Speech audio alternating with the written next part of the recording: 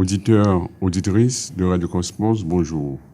Je dis dans le cadre de réflexion qu'on a fait sur Haïti dans les relations internationales, nous parlerons un moment important que nous relais les relations entre la France et Haïti de 1821 à 1825. Moment ça, il est important parce que c'est une série de faits qui marquent les faits ça que l'épisode de gloire, débat parlementaire en France en 1822. On a eu également la mission du général Boyer en France. Vous avez également la mission de Lojan que la France pourra envoyer en Haïti. Et le sommet, ce sera l'ordonnance de 1825 qui pourra le précéder, bien sûr, par une mission Boyer dévouée en France, que les missions Ouané, que le dévoué en France a fait des marches pour obtenir la reconnaissance de l'indépendance. Donc, menu en pile pour aujourd'hui, on a commencé avec l'épisode de Glory de 1821. Qui c'est l'épisode de Glory? C'est une tentative du gouvernement de Louis XVIII qui est roi de France. En 1821, il essayé pour lui appliquer une nouvelle politique française en Haïti qui a la dernière un volet religieux et culturel. Pour ça, il y a l'épisode de gloire. Épisode, c'est un papa qui durait longtemps. Pour ça, de gloire, c'est parce que tu as un évêque qui était les pierres de gloire, qui était nommé en Haïti, vicaire apostolique à Port-au-Prince par le pape, à la demande de Louis XVIII. Vicaire apostolique là, on t'a dit, c'est un monde qui a dit assistant Monseigneur, qui là, comme les nous pas de Monseigneur catholique, il nommé un vicaire qui est administrateur, ou t'a dit, des affaires de l'Église. Qui intérêt la France dans la nomination ça? La France a réalisé, il n'est pas qu'à envoyer, il n'est pas qu'à envoyer dans le pays encore des colons comme par le passé, pour dominer et exploiter le pays. Alors, peut-être ça, et d'utiliser l'influence des prêtres catholiques pour venir faire un travail de lavage de cerveau auprès de la population. Qui travaille ça? Fait propagande pour que le peuple haïtien accepte le principe du protectorat de la France sur Haïti. Pas oublier, en plusieurs émissions, m'expliquer ça que protectorat, c'est que ils ont accepté une certaine indépendance, une indépendance formelle, même dans dit politique extérieure aurait été dans main ancienne puissance coloniale là. Et vous avez puissance étrangère avec défense pays a été dans main. C'est-à-dire sous prétexte de protéger. Alors Glory, il est là pour nous faire propagande pour ça, pour politique ça. Et avec ça, l'arrivée à Port-au-Prince, qui vont le comporter lui. Lui quitte Wall avec lui et l'a fait propagande en faveur de Louis XVIII, l'a montré peuple haïtien comment protectorat que la France veut établir sur Haïti sont bons bagages liés pour Haïti.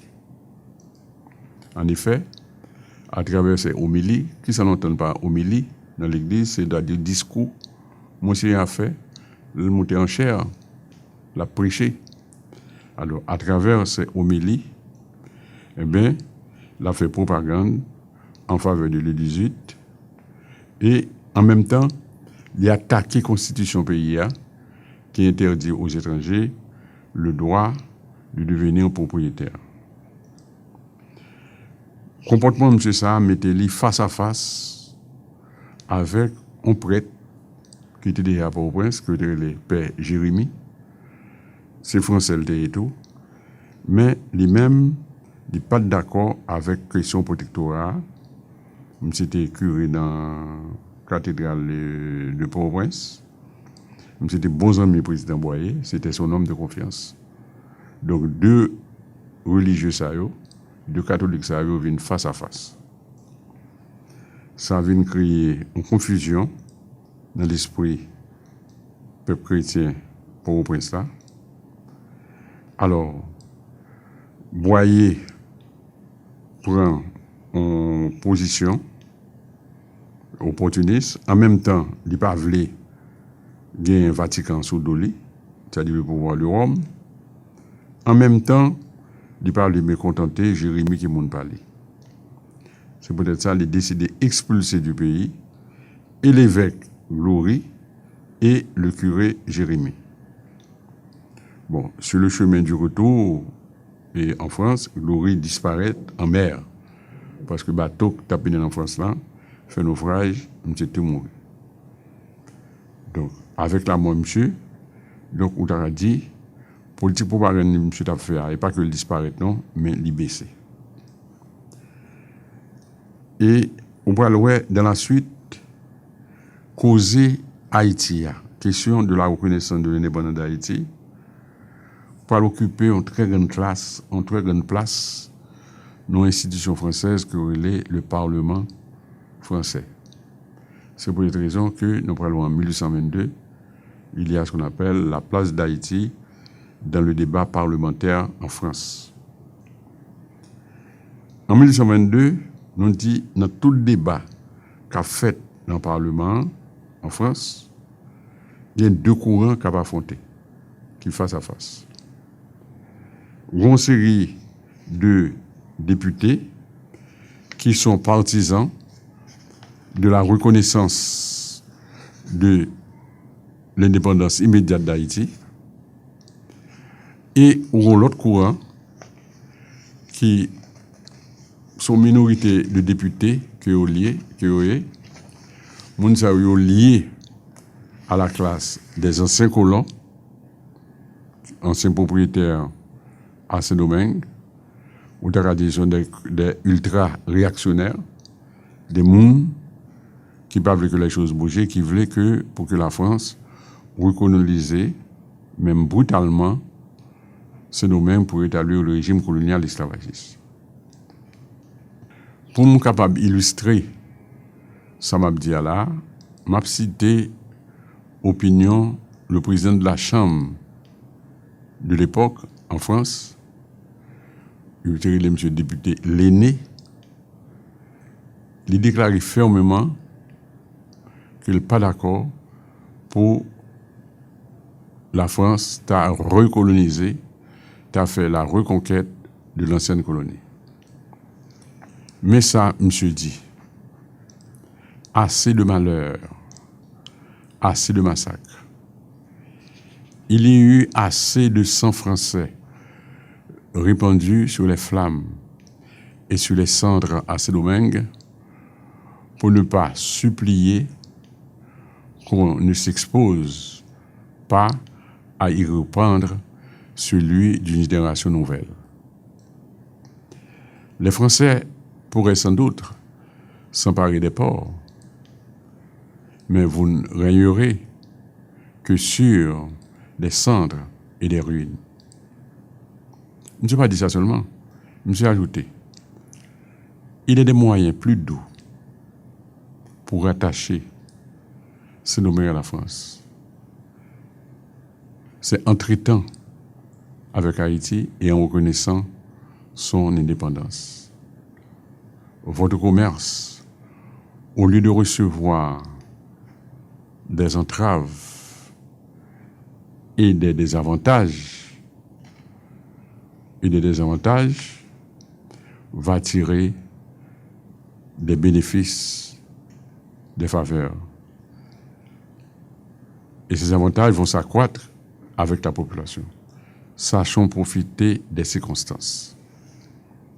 Ça, c'est le président de la Chambre qui dit ça. Donc, son nègre qui prononce clairement en faveur de la reconnaissance de l'indépendance, il n'est pas d'accord pour la France voyer l'armée venir envahir le pays pour faire reconquête. Il y a un général français qui est Foy. Monsieur dit à tout l'autre militaire et même au ministre, ce domaine serait le tombeau de ceux que vous y enverrez. Si nous perdons du pied, nous voyons soldats français à ce domaine, il y a pour mourir à ce domaine. Ce domaine c'est tomber au pied. Attention, monsieur. Pour qui ça m'insister sur la question des débats parlementaires, ça? C'est parce que parole, c'est au cap dire.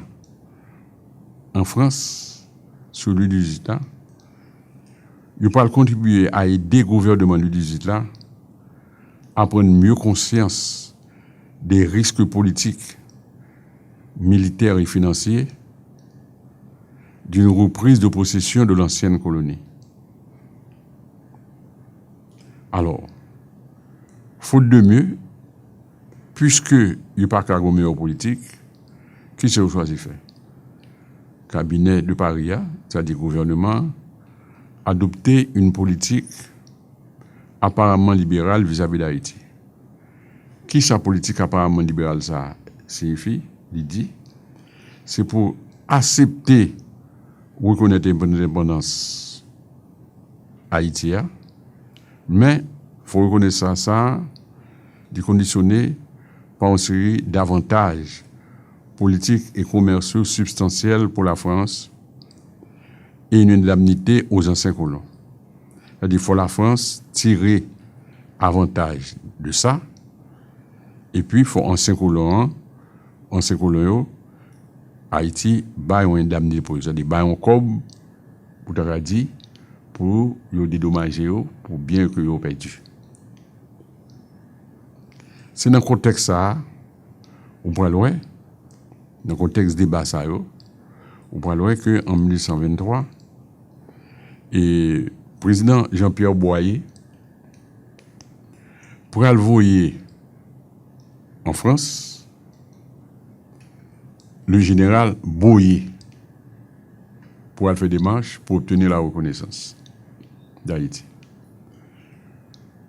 Il ne faut pas faire confusion entre deux noms. Il y a le président Jean-Pierre Boyer. Boyer, ça c'est B-O-Y-E-R. Il y a le général Boyer, c'est B-O-Y-E accent aigu. Orthographe presque même genre, mais c'est pas le même nom que eux. Président Jean-Pierre Boyer sont haïtiens et général Boyer sont français. Nous allons rappeler quelques éléments du contexte de l'époque avant que nous parlions de relations entre ces deux hommes. Contexte de l'époque là, en 1823, comment ça y est? En Haïti, le pays avait une plus grand depuis 1822, une plus grande du point de vue de sa taille géographique.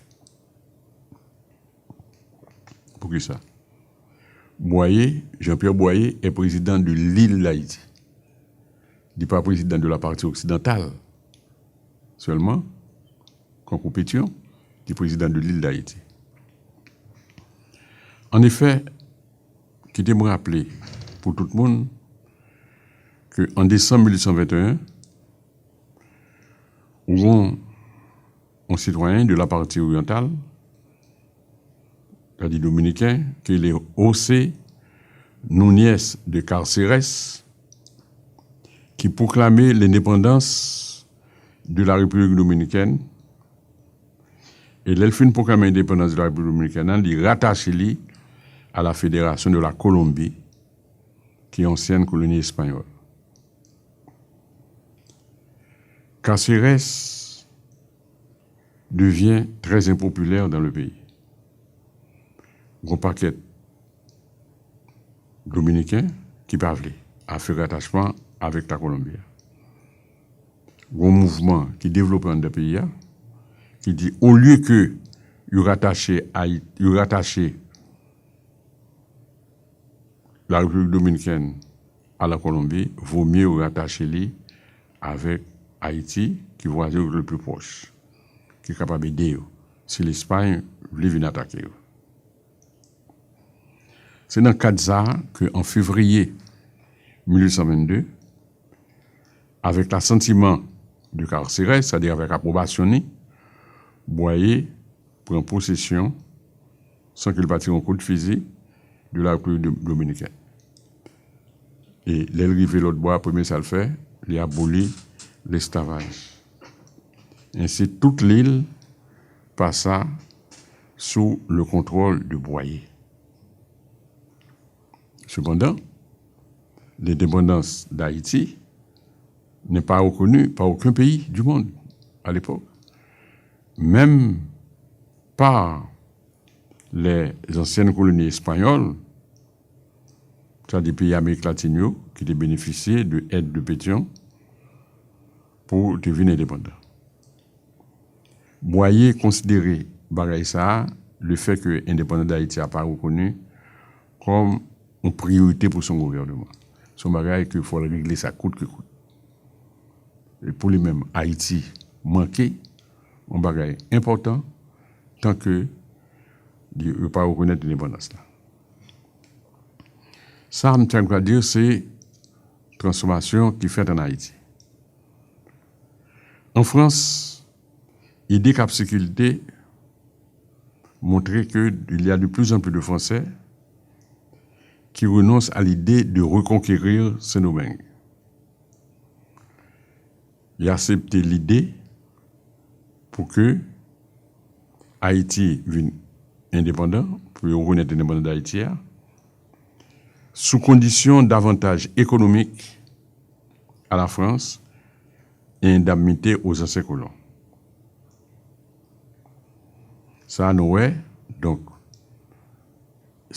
transformation qui fait en Haïti. Haïti devient un pays qui est beaucoup plus grand. En 1822, après que Boyer a annexé la République dominicaine, et en France, un nouvel état d'esprit qu'a développé vis-à-vis d'Haïti, il est d'accord plus ou moins pour que Haïti ait indépendance sous certaines conditions. Nous pouvons comprendre pour qui ça, président Boyer choisit général Boyer pour le voyer en France dans la mission pour lui, alors que monsieur sont français. En 1793-1794, Jean-Pierre Boyer est officier dans l'armée coloniale à Port-au-Prince. Et mon cap commandé zone côté de l'IA, c'est Jean-Jacques Boyer, qui est un officier français. C'est-à-dire que Jacques Boyer, c'était ancien commandant, ancien chef militaire de Jean-Pierre Boyer. Ça, c'est 1713, 1793, 1794. Donc, Boyer, c'était mon Rigaud. Après l'échec de Rigaud face à Toussaint, il était parti en France à la suite de Rigaud. En 1802, il est retourner à Saint-Domingue. Il est envoyé à Saint-Domingue de l'armée expéditionnaire française pour combattre Toussaint, maintenir la colonisation, rétablir l'esclavage. Là, ça, Jean-Pierre Boyer retourné dans l'armée expéditionnaire, et une fois de plus, le monde qui commande lui, c'est Jacques Boyer, général français. En 1803, nous connaissons que un pile mulatte, un pile ancien libre, qui était commencé à faire défection, qui était commencé à abandonner l'armée expéditionnaire là, qui était pour une route révolution, route fait tête ensemble avec les Noirs pour conduire le pays à l'indépendance. C'est ainsi que Rochambeau condamnait une série d'officiers mulattes pour noyer dans la rade du Cap français. Jean-Pierre Boyer, comme officier mulatte, est du nombre des condamnés. Il est accusé de trahison vis-à-vis de la France. Le monde qui peut sauver Vili de la noyade, c'est Jacques Boyer qui répond de monsieur, il dit ça ou dit de monsieur n'est pas vrai, il connaît monsieur. Il demande des chances pour lui, de l'expliquer bah monsieur la vie. Donc entre deux messieurs Sayo, président Jean-Pierre Boyer et général Jacques Boyer, c'est-à-dire une relation intime, une relation de confiance. Et faut nous dire d'où, après 1804, Jacques Boyer prend position ouvertement, publiquement, en faveur de l'indépendance d'Haïti. Nous, il livre l'écrit qui est publié en Belgique, il font plaidoirie pour l'indépendance d'Haïti. Il livre la relais de la République d'Haïti et de son indépendance par un Français ami de la justice et de la vérité. Il défend avec énergie l'indépendance de la jeune République. Donc, comme Boyer lui-même tape Goumen en 1821 pour la reconnaissance de l'indépendance, donc vous comprenez, étant donné la qualité de relation qui est entre lui-même avec le général Boyer, il fait appel à lui-même comme agent de son gouvernement. Tu dis agent spécial. Ainsi, en 1821, le président Boyer confiait à Jacques Boyer la mission de convaincre Alexandre Ier, qui était tsar de Russie, de reconnaître l'indépendance d'Haïti. Le tsar, en Russie, signifie empereur. C'est-à-dire, Jacques Boyer, Livoyeli, en Russie. La mission n'a pas abouti. En 1822, Boyer retourné en Haïti, lui rend compte au président Boyer de l'échec de sa mission. Le président Boyer lui confie une nouvelle mission.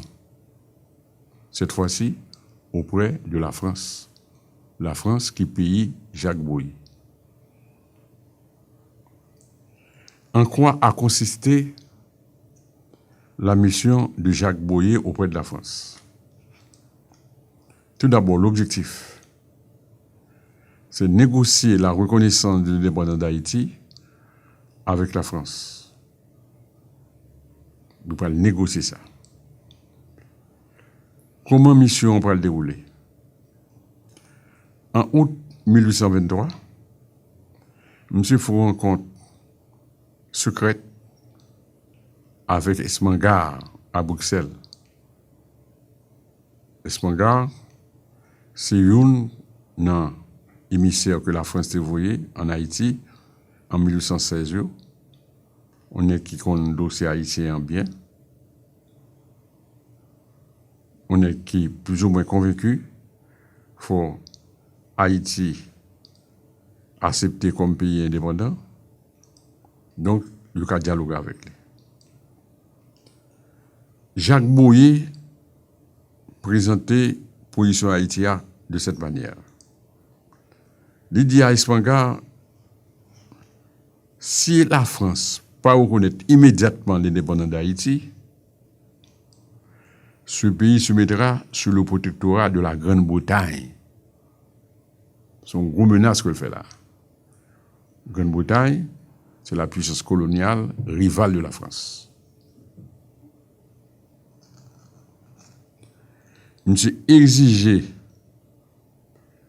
pour que des échanges immédiats d'agents diplomatiques et consulaires entre Haïti et la France. C'est-à-dire que pour la France nommer ambassadeur et consul en Haïti, et pour Haïti nommer ambassadeur et consul en France. L'idée l'accepter pour que Haïti fait des concessions douanières à la France, c'est-à-dire que il y a baissé taxes sur marchandises françaises, les marchandises françaises à rentrer en Haïti, mais il n'est pas d'accord pour y avoir 5 ans pour un 5 colons. Alors, face à fermeté de Jacques Boyer, négociation échouée, mission échouée. Espangar, réagissant au nom du gouvernement français, pensait que proposition Jacques Boyer constituait une marche arrière par rapport à la position antérieure d'Haïti. Quelle position antérieure ça? C'est que Haïti, depuis sous Pétion, était d'accord pour que la France reconnaisse l'indépendance. En retour, Haïti accorde une indemnité aux anciens colons. C'est-à-dire, bon, moins bas. Alors, dans le cas de ça, il y a une rupture des négociations. Et puis, Espangar, il connaît le président Boyer, il dit que dorénavant, l'on besoin de traiter avec la France, pas voyer français, nous voyons des agents haïtiens. Et c'est d'autres bases pour nous négocier. La France pour aller faire une politique de dents serrées sur le plan diplomatique. Il pourra faire des marches à travers le ministre des Affaires étrangères. Il pourra faire des démarches. Le ministre des Affaires étrangères de la France, c'était Chateaubriand, le grand écrivain. Il pourra faire des démarches auprès de la Russie en vue de bloquer toute démarche du gouvernement haïtien pour établir la reconnaissance de l'indépendance d'Haïti. Donc, elle a détérioré là, à la suite de la mission de Jacques Boyer en France. Mais ça n'a pas fait que la négociation est finie pour autant. Il suspend, mais il pourra le relancer en 1824. Et fois ça, ce n'est pas Haïti qui pourra prendre l'initiative là, c'est la France qui pourra prendre l'initiative là. La France pourra avoir une mission qu'on appelle la mission Laujon. L-A-U-G-O-N. Mission ça, la France vient en Haïti en 1824. Qui est sa mission Laujon? Son mission qui arrive en Haïti en janvier 1824 à Port-au-Prince, en vue de relancer la négociation avec Haïti relative à la reconnaissance de son indépendance.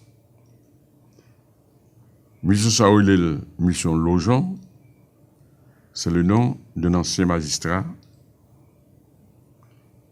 qui est à son 8e voyage en Haïti depuis 1816. Donc son nègre qui plus ou moins contre Haïti. Et qui ça gagne non qui dit non négociation ça là. À l'occasion d'une rencontre entre le président Boyer et Longchamp, Boyer promet pour l'envoyer en France de nouveaux commissaires bien haïtiens, il n'est pas envoyé français. Et à l'occasion de tête-à-tête, il fait Longchamp en confidence. Monsieur dit qu'il est personnellement favorable à un protectorat de la France sur Haïti. Mais pour des raisons politiques, il n'est pas qu'à accepter ça. Pour le moment. Parce que s'il accepte ça, ça pourrait entraîner des conséquences graves pour son gouvernement. Parce que le peuple haïtien a considéré le protectorat là comme une manœuvre, une route que M. a aménagée pour faire le peuple à retomber sur le joug esclavagiste dont il était sorti. C'est comme ça qu'il va le présenter à la population.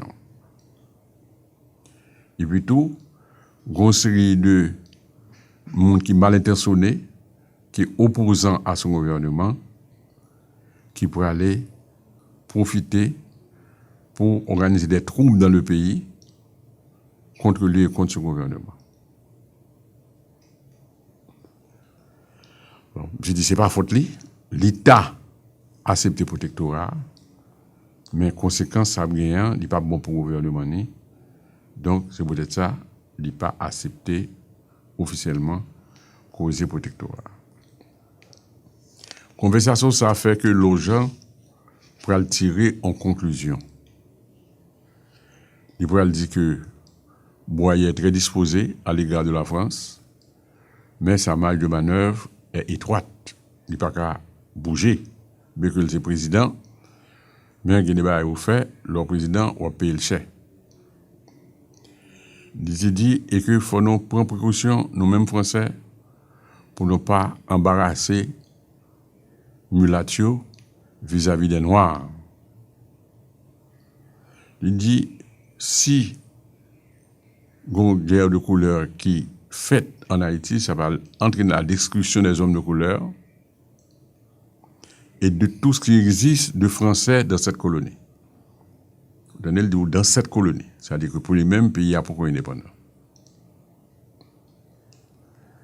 Alors, il faut nous dire que qui c'est la France pour le faire? La France pourra le faire pression sous Boyer pour l'inciter à accepter le protectorat. Puis je dis, monsieur fait confidence à Longchamp, l'émissaire français, que l'État voulait, mais il y a un problème. C'est ainsi, dans le cadre de pression que la France a fait, le 12 mars 1824, il prend une ordonnance, le roi prend une ordonnance, côté d'abolir le privilège colonial qui était accordé depuis 1916 aux produits d'Haïti arrivant en France. Qui ça signifie? Tout produit haïtien qui était arrivé en France, il était fait payer moitié droit de douane. Dès que vous faites ça, nous disons que c'est un coup dur pour le commerce haïtien. Désormais, il est considéré assimilé à celui des pays étrangers. Haïti a pris pour le payer quand tout le pays. Ça pourrait ralentir le mouvement commercial en Haïti, puisque la France pourrait recevoir moins de produits français. Ça pourrait avoir une crise commerciale. En effet, en avril 1824, il y a un commerçant de Port-au-Prince qui écrit à un ami en France, point d'affaires, le commerce est mort, la confiance perdue. Chacun retire son argent. Mounio al nan monde avec Kobio. Parce que maintenant, la France pourra le tourner dans le pays. Donc, il y a le tiré combien de monde. Perspective, les Haïtiens menacent d'incendier les villes et de tuer les Français en cas de débarquement des troupes françaises dans le pays. Oui. Et après l'échec de la mission Lojon, on nous dit processus négociation pas bloqué indéfiniment. Kounia, c'est Boyer lui-même qui prend pour initiative, qui prend le voyer en mission en France. C'est cette mission que nous appelle la mission Rouanet-Larose.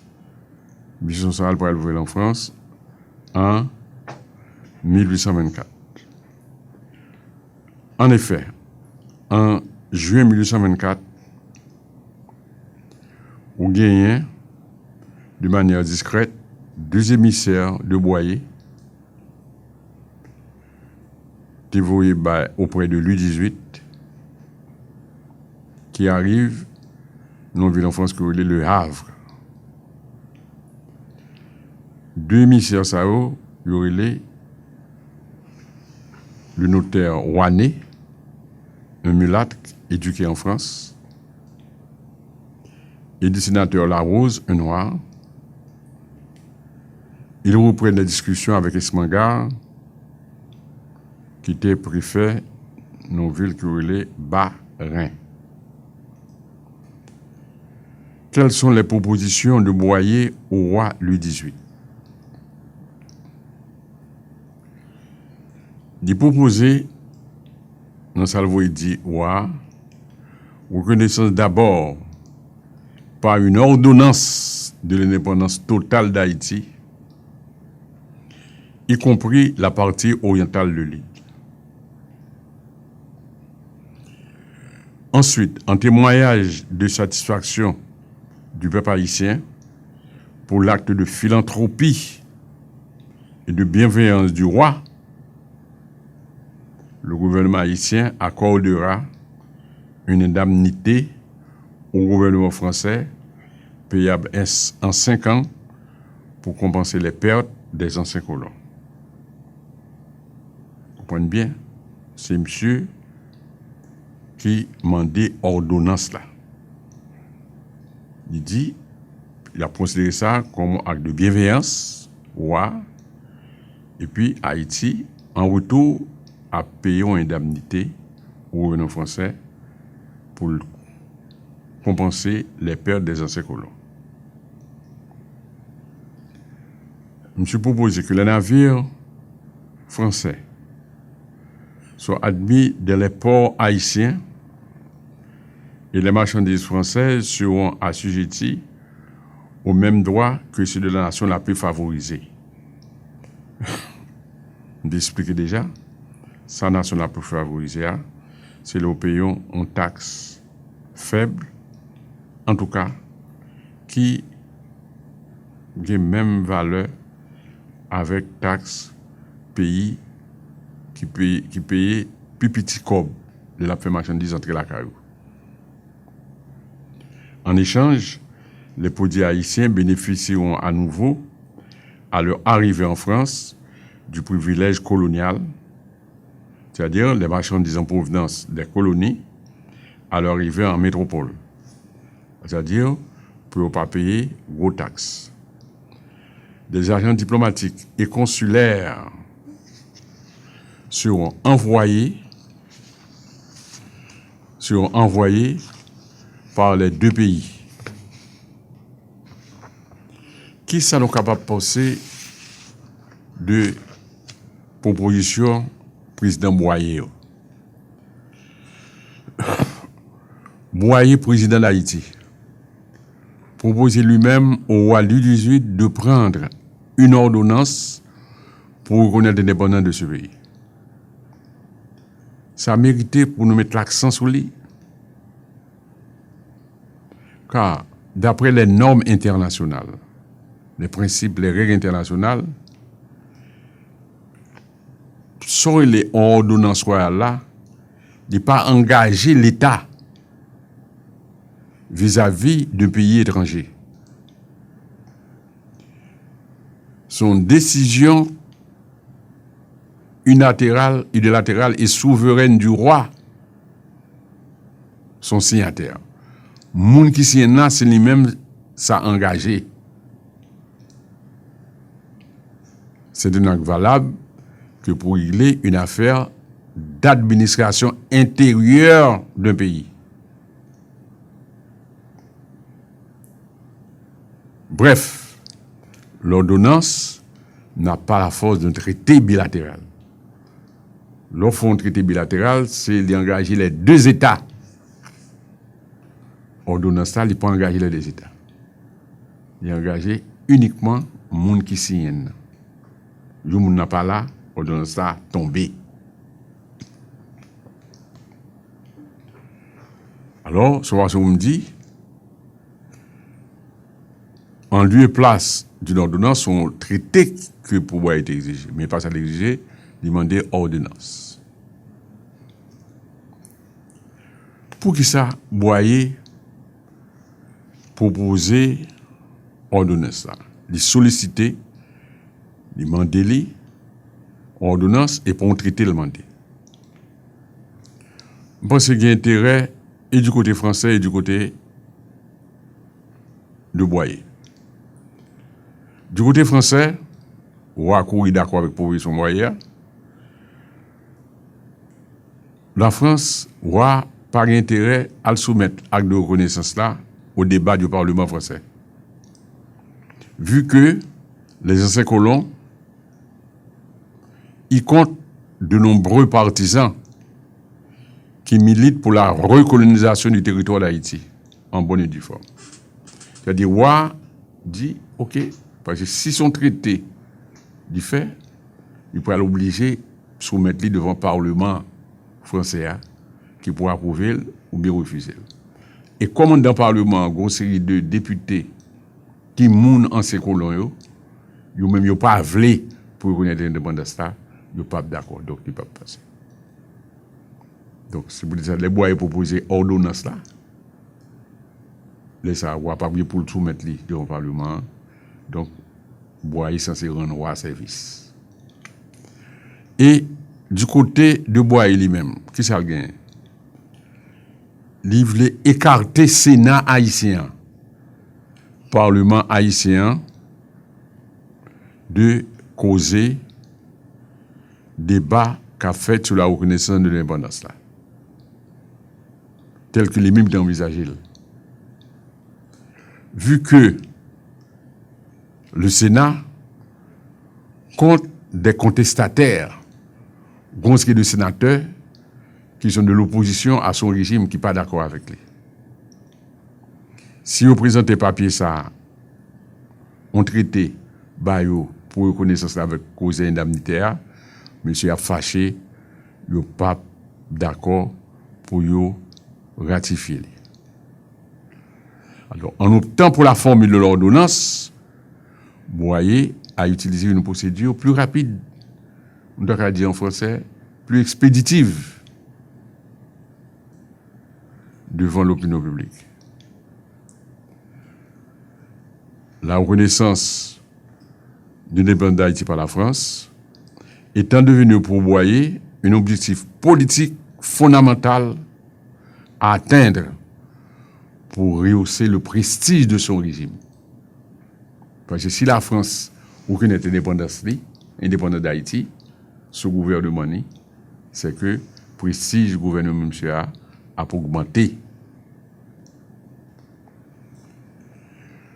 Parce que, faut nous dire, monsieur était 7 ans, monsieur était au pouvoir à l'époque, monsieur en perte de légitimité, c'est-à-dire, la population a perdu confiance dans monsieur. Maintenant, qui réaction qui pourra le gagner vis-à-vis de la proposition de Boyer qui demandait pour reconnaître l'indépendance par une ordonnance. Autrement dit, nous parlons de la réaction de la partie française. La France est même restée sur la position de 1821. Qui ça Espangard, qui était interlocuteur de Ouané et de Larose.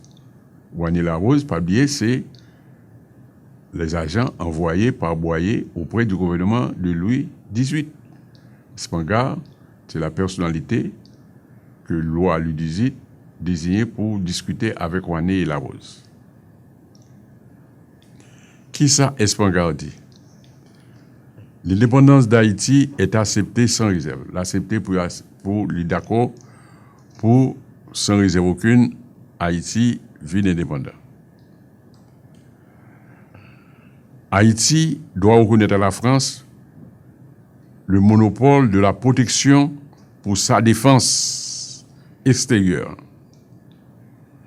Il dit Haïti a besoin de la protection d'une grande puissance. C'est-à-dire, Haïti a besoin d'un protectorat. Haïti pas carré pour contre lui. C'est une grande puissance qui va aider.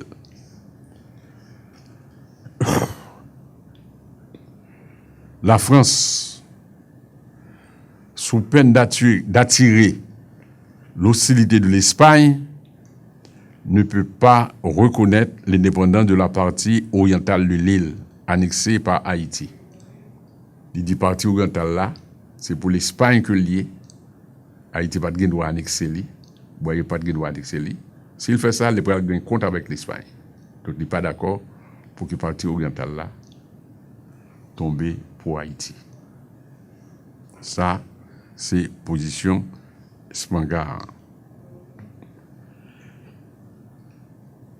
Il dit tout, faut que Haïti baille 100 millions de francs comme indemnité pour Haïti payer. La France doit être mise sous le pied de la nation la plus favorisée en matière douanière.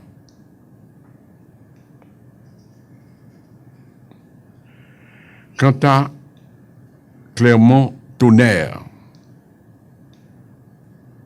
qui était ministre de la Marine et des colonies, mais qui ça le dit? Haïti a intérêt à se placer sur le protectorat de la France pour garantir sa sécurité extérieure. Et monsieur écrit un projet d'ordonnance royale préparé dans l'esprit de protectorat. L'article 2 est libellé comme suit. L'État d'Haïti ne pourra entrer pour aucune raison que ce soit dans une alliance offensive ou défensive contre la France. Attendez bien, oui. L'État d'Haïti ne pourra se placer sous un protectorat dans aucune alliance offensive ou défensive contre la France. Il ne pourra se placer sous aucune protection que celle de la France, qui lui restera offerte, mais ne lui sera pas imposée.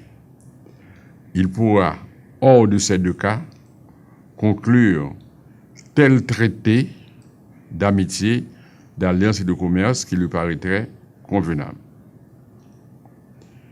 Quel est donc l'objectif spécifique de la France? Quel objectif précis que la France développe là? Empêcher qu'Haïti se mette sous la protection de l'Angleterre ou d'une autre puissance. Parce que l'Angleterre, c'est le principal rival. Quel est le résultat de cette mission? Échec. La mission Ouané a échoué le 3 août 1824. Ce fut la rupture des négociations. Pour qui ça? Et négociateur dit il n'est pas qu'à accepter causer la clause relative au protectorat Il ne va pas accepter ça. Pour que Haïti remette défense by la France. Comme puissance qui a protégé. Il ne va pas accepter ça. Il dit que cette clause est inacceptable. Quelle explication au bail? Haïti ne peut accepter l'idée de ne jamais faire alliance contre la France à un moment où les anciens colons font des démarches pour la reconquête de l'île. On dit anciens colons ont fait des démarches pour reconquérir l'île. Si la France, Kounia, voulait armer contre Haïti, qui ça pour Haïti faire?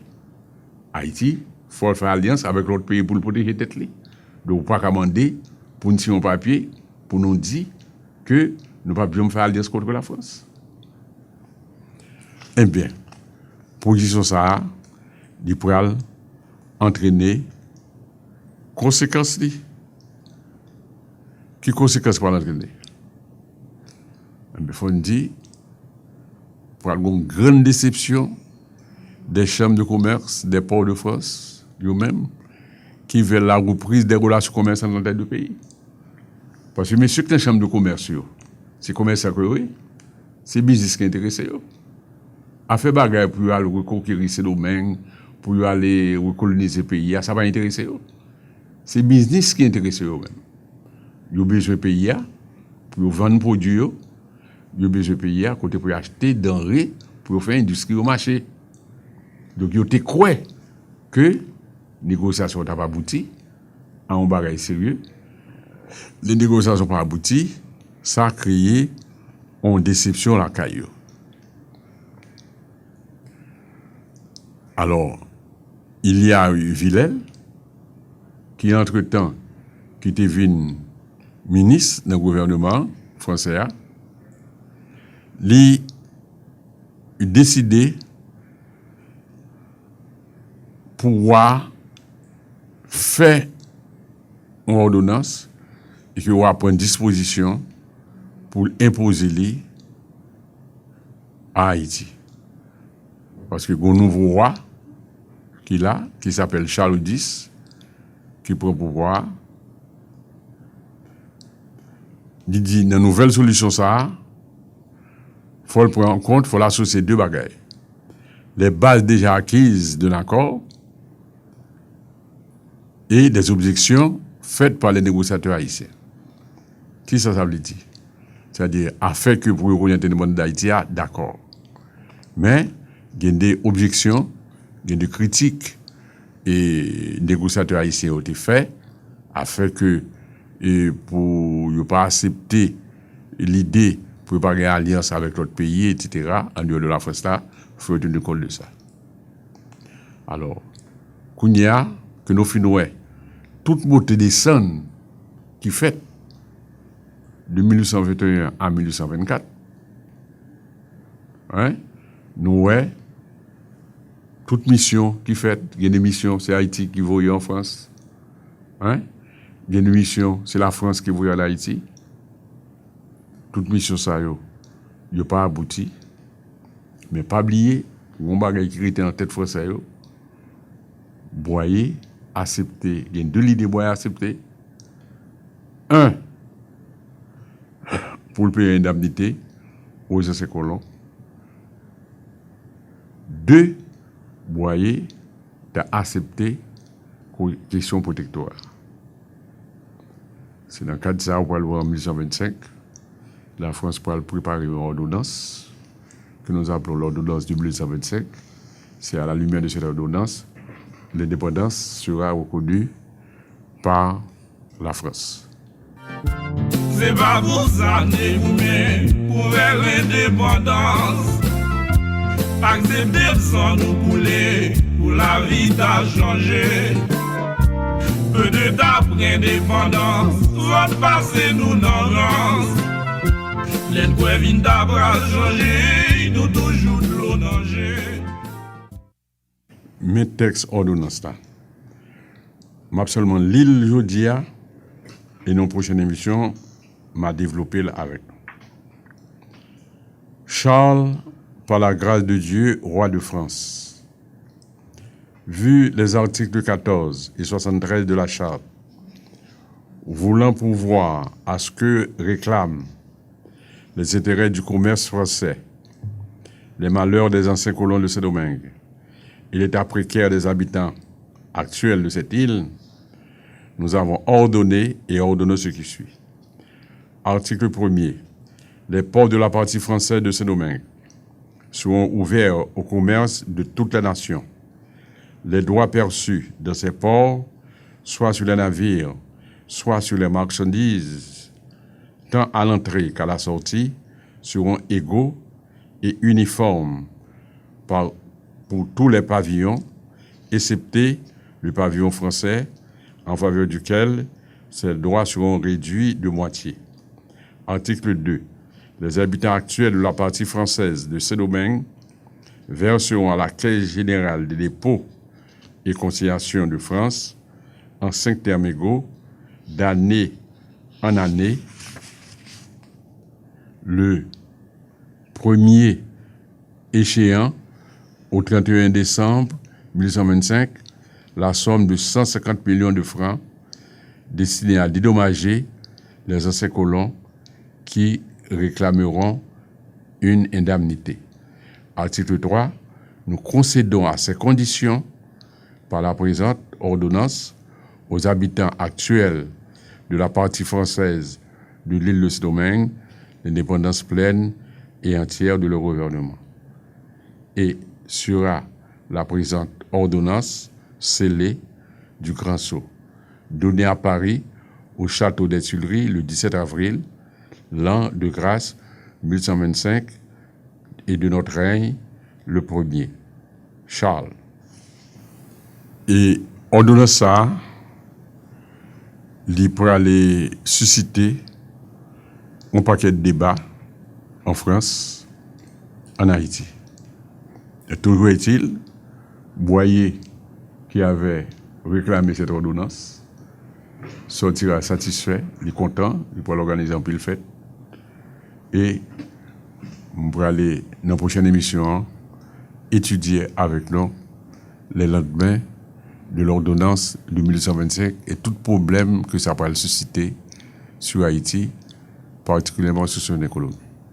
Merci, à la prochaine. Merci, parce que vous êtes abonné à la chaîne.